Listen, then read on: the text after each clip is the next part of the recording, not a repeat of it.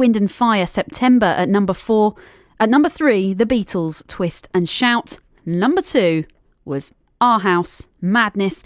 And number 1, Don't Worry, Be Happy, Bobby McFerrin, 1988, that one. Only charted at number 2 in the UK, but it's reached the top of our chart here today. I hope you enjoyed the top 10 feel-good songs of all time. Sophie Sutton.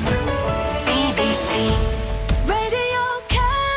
So as I say, I think there was some cheating in there involving some whistling. I think if you've got whistling in your song, you're going to win. But here on the line to talk me through it is music and Britpop author and broadcaster Rob Fiddaman. Hello, Rob. How are you doing? Hi, Sophie. Thanks for having me on your show. No, you're very welcome. Thank you so much for being here. So what do you make of our top 10 feel-good songs of all time? Did you agree with those? Yeah, I think so. I mean, did we cover Don't Stop Me Now by Queen? Because I think that's a really great example. Yeah, do you know, it wasn't in the top 10. Can you believe it? I mean, I would have put that in as one of the top ones because I think the secret recipe is the BPMs. I mean, we'd like them around probably about 150 per se for more of a happier song to 118. And yeah. I think that's a classic example because it's faster than your average song. It's got the keys, the major keys play more of a part than minor keys. That works well. And the lyrics they're very positive in that song. I think that's a great example. I mean, you've got Uptown Funk, haven't you? Mark Ronson. That's a good one. Shake It Off, Taylor Swift. I was just thinking of songs like Wham! Wake Me Up Before You Go. But I've got to get Oasis in Don't Look Back in Anger. That's a great one. That's true. That's a really good song. Yeah, let's get some Britpop in. But what about Dexy's Midnight Runners? Come on, Eileen. I mean, is that not in there? It's not in the top 10. I have to say, I've seen before. I think it was on Facebook. I saw it. It was.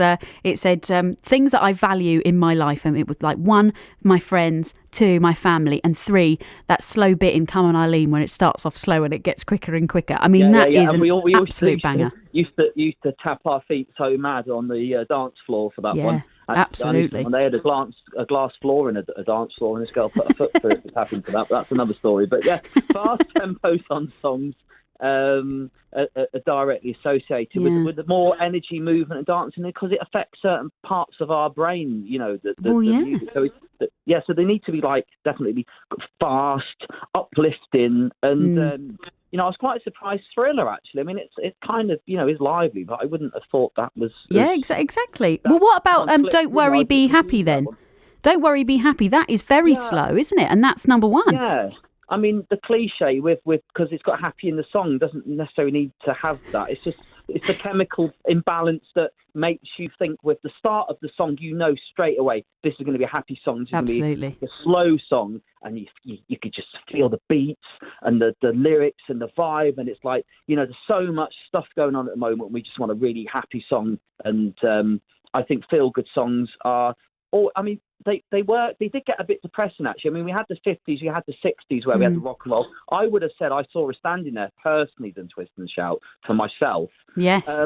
But then, we did get a bit of depressing stuff, didn't we, with, dare I say, Nirvana and the grunge stuff. Yeah. And then, we had the movement, which was Britpop, which was fashion, art, culture, politics, all that sort of blasted through, which was like the 60s turned on its head, the 90s, or vice versa.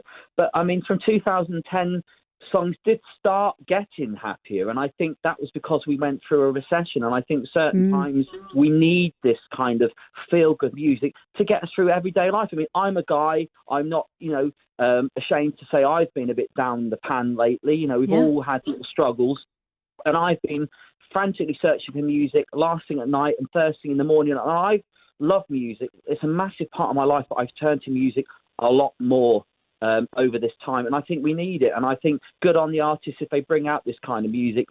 Obviously we've got to support all kinds of artists at the moment and bands and the industry, but I mean, we need feel good music, so let's please keep turning it out at the moment for us, Yeah, I think you're right. And as you say, we had loads of, in our chart, I have to say it was a lot of older stuff. But as you say, we've had loads of good upbeat music, Uptown Funk, as I said. I didn't think about that, but that's a really proper banger. Yeah, absolutely. And what about Walking on Sunshine?